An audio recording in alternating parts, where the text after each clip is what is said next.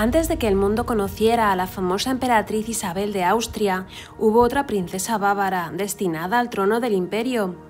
Su nombre era Elena de Baviera, una joven inteligente, elegante y de carácter firme, cuyo destino cambió por completo cuando su hermana menor conquistó el corazón del emperador Francisco José.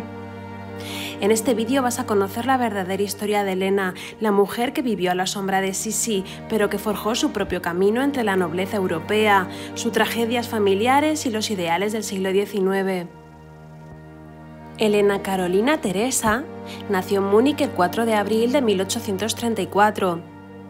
Fue la tercera hija de Maximiliano y de su esposa Ludovica, duquesa en Baviera. Era la hermana mayor de la famosa emperatriz de Austria, Isabel. Creció en un ambiente de gran libertad y en medio de una naturaleza salvaje, en el palacio familiar de Possenhofen. Allí solía acompañar a su padre y a su hermana Sisi en sus excursiones a las montañas y en sus paseos por los bosques. Elena, apodada familiarmente Nené, a diferencia de Isabel, era más bien conservadora, seria y retraída, y cultivaba un perfil bajo, muy dada a la reflexión profunda. Era poseedora de una buena figura y una belleza fría y serena, pero era opacada por su hermana menor, quien a diferencia de ella destacaba en todos esos aspectos. Al contrario que su familia, Nené era católica practicante. Iba en muchas ocasiones a hospitales al tiempo que se encargaba de otras obras de caridad. Mientras tanto, en Viena, en búsqueda de un buen partido para casar a su hijo Francisco José, su tía, la estricta archiduquesa Sofía de Baviera, hermana de su madre, se fijó en la seria y humilde Elena, aunque reprobando la educación poco aristocrática que su hermana había impartido a sus hijos. Así que va a ver a su hija en el trono imperial. La duquesa Ludovica se preocupó de enseñarle el francés, idioma oficial en las cortes europeas por aquella época, así como el complicado ceremonial cortesano español. Ambas madres acordaron reunirse en Baditsch con los dos jóvenes, que solo se habían visto en una ocasión en Innsbruck. Para la ocasión, Ludovica se hizo acompañar también por otra de sus hijas, Isabel, la cual enamoró a su primo Francisco José con su encanto, así que decidió casarse con ella pese a las críticas de su madre. En la cena por el cumpleaños del emperador, se sentó Isabel junto a este, relegando a Elena a un puesto secundario en la mesa. Y durante el baile volvió a agasajar a la que sería su prometida, dedicándole el cotillón, a pesar de que estaba previsto que lo bailara con Elena. Al día siguiente pidió la mano de Isabel a su tía. Nené, desilusionada, humillada y afligida, se sintió rechazada por el uno y traicionada por su hermana al principio. Anteriormente a esto tenemos que contar cómo ocurrieron los hechos. Llegaron el día 16, según lo previsto, pero no se sabe cómo, pues el viaje no pudo ser más caótico. Tuvieron que parar por un dolor de cabeza espantoso que le dio a Ludovica. Una tormenta hizo llegar a las doncellas que llevaban el equipaje después de ellas. Para colmo de males iban vestidas de negro porque un pariente había fallecido recientemente. Así que el polvo del camino tornó los vestidos en color gris polilla. Una de las camareras de Sofía ayudó a las damas lo más rápido que pudo, sobre todo a Elena, antes de que la viera Francisco José. En realidad a Isabel no le hicieron ni caso, así que tuvo que peinarse sola. Sofía, que vio la actitud del adolescente al arreglarse, se deshizo en elogios hacia ella en una carta dirigida a una de sus hermanas.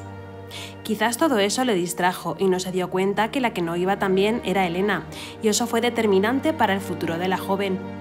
Cuando Francisco José se encontró con sus primas, se enamoró de Isabel y pasó de Elena, que quizás le resultó demasiado seria. Lo peor para Elena estaba por venir, pues el día 17 había baile, aunque el cumpleaños del emperador era el 18, donde quedaron en evidencia sus posibilidades, ninguna. Si su hermana llevaba un traje que le daba un aire inocente y lo era, con ella alguien tuvo la ocurrencia de ponerle una corona de hojas que le sentaba muy mal. No se sabe si alguien sacó a bailar a Elena, pero sí que fue la última en darse cuenta cuál era la elección imperial. Sofía no vio esto con buenos ojos. Sisi le había caído muy bien, pero no hasta el extremo de permitir que se casara con su hijo. Se le había metido entre ceja y ceja que su hijo se casara con Elena, la cual a estas alturas ya debía de estar más que descompuesta. Sofía le regaló a Elena un crucifijo de plata pensando que de esa forma se consolaría, pero parece que sirvió de bien poco. Tampoco ayudó ver cómo llegaban a la residencia familiar de Possenhofen los maestros que enseñarían a Isabel cómo ser emperatriz, lo que tendría que haber sido Elena. Quién sabe si le sirvió de consuelo las cartas que la nueva emperatriz envió después a su familia. Isabel y Francisco se casaron en Viena el 24 de abril de 1854. En ellas se leían quejas del protocolo de la corte, de la frialdad de la gente que le rodeaba y sobre todo del trato recibido de la archiduquesa Sofía, la suegra.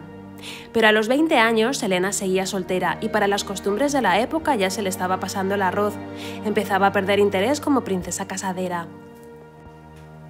Su madre Ludovica buscó un pretendiente por todos los sitios que se le ocurrieron, hasta que en 1856 dio con el príncipe heredero Maximiliano de Turri-Taxis, gente de mucho dinero. Ludovica invitó a la familia del pretendiente a Posenhofen, los jóvenes se gustaron y se acordó el compromiso. Como la familia de Maximiliano no tenía tanto rango como la de Elena, estaban encantados con la idea de emparentar con el emperador, aunque sea de refilón. Pero el rey Maximiliano de Baviera, a quien sus familiares tenían que pedir permiso para casarse, veía que el novio de su sobrina le faltaba qualité, y poniendo a prueba los nervios de Nené y Ludovica, le puso pegas al compromiso. Sisi movió los hilos para favorecer la unión, celebrándose la boda el 24 de agosto de 1858 en la casa familiar de la novia en Posenhofen. Por fin Elena consigue casarse 4 meses después de cumplir 24 años, pasando a ser princesa consorte de Turri-Taxis. Isabel y Elena volverían a contarse sus alegrías y sobre todo cómo se vería con el tiempo sus penas. A pesar de eso, puede decirse que Elena y Maximiliano fueron felices. Tenían cosas en común y les gustaba ocuparse de los demás. A la boda de Isabel y de Elena siguen las de sus otros hermanos: Luis, María Sofía, Matilde Ludovica, Carlos, Sofía Carlota y Maximiliano Manuel. Los chicos parece que se casaron por amor, Luis y Carlos en 2 ocasiones. Lo de ellas fue otra historia. Elena no tardaría en darse cuenta que están esperando su primer hijo. Eso, unido al apoteósico recibimiento que tiene la pareja en Ratisbona, haría muy feliz a los esposos. La pareja llegó a tener 4 hijos. Luisa, nacida en 1859, que se casó con el príncipe Federico de Hohenzollern-Sigmaringen. Isabel, nacida en 1860, que se casó con Miguel de Portugal, pretendiente al trono portugués. Maximiliano María, nacido en 1862, que no se casó, y Alberto, nacido en 1867, contrajo nupcias con Margarita Clementina de Austria.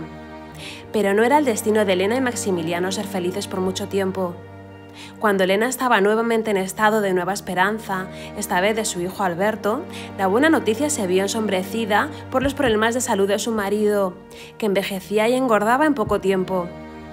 Ya es tarde cuando se averigua lo que le pasa, problemas renales y que no tenía solución. Murió el 26 de junio de 1867 a los 36 años de edad. La unión no había durado ni 10 años.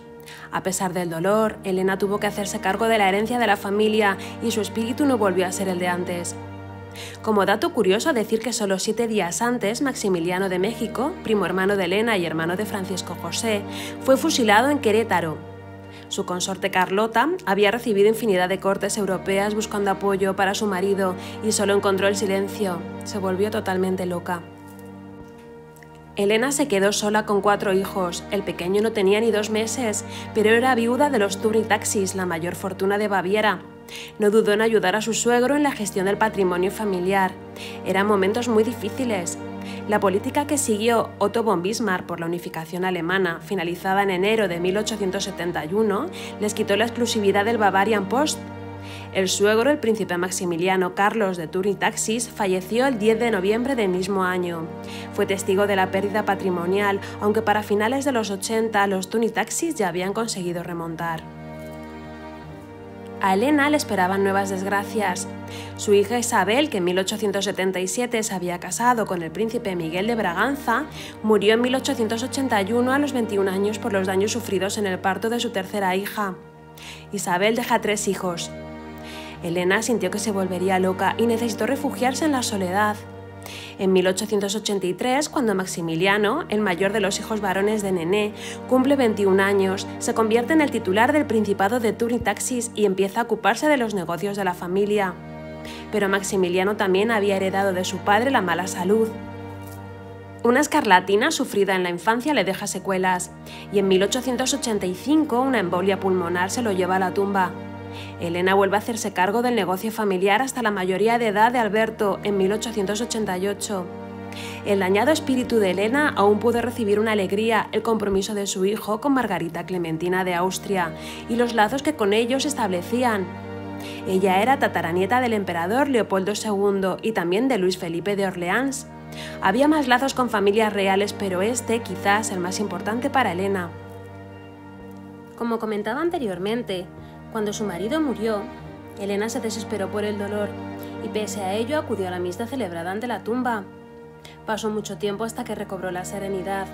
Compró el castillo de Tunzig a orillas del lago Starnberg para estar cerca de su familia, pero una serie de sucesos lo obligó a hacerse con las riendas de la herencia de sus hijos, ya que su suegro acababa de morir y tras la unificación alemana, el canciller Otto von Bismarck privaría a los turitaxis del monopolio del servicio postal que reportaba gran parte de los ingresos de la familia.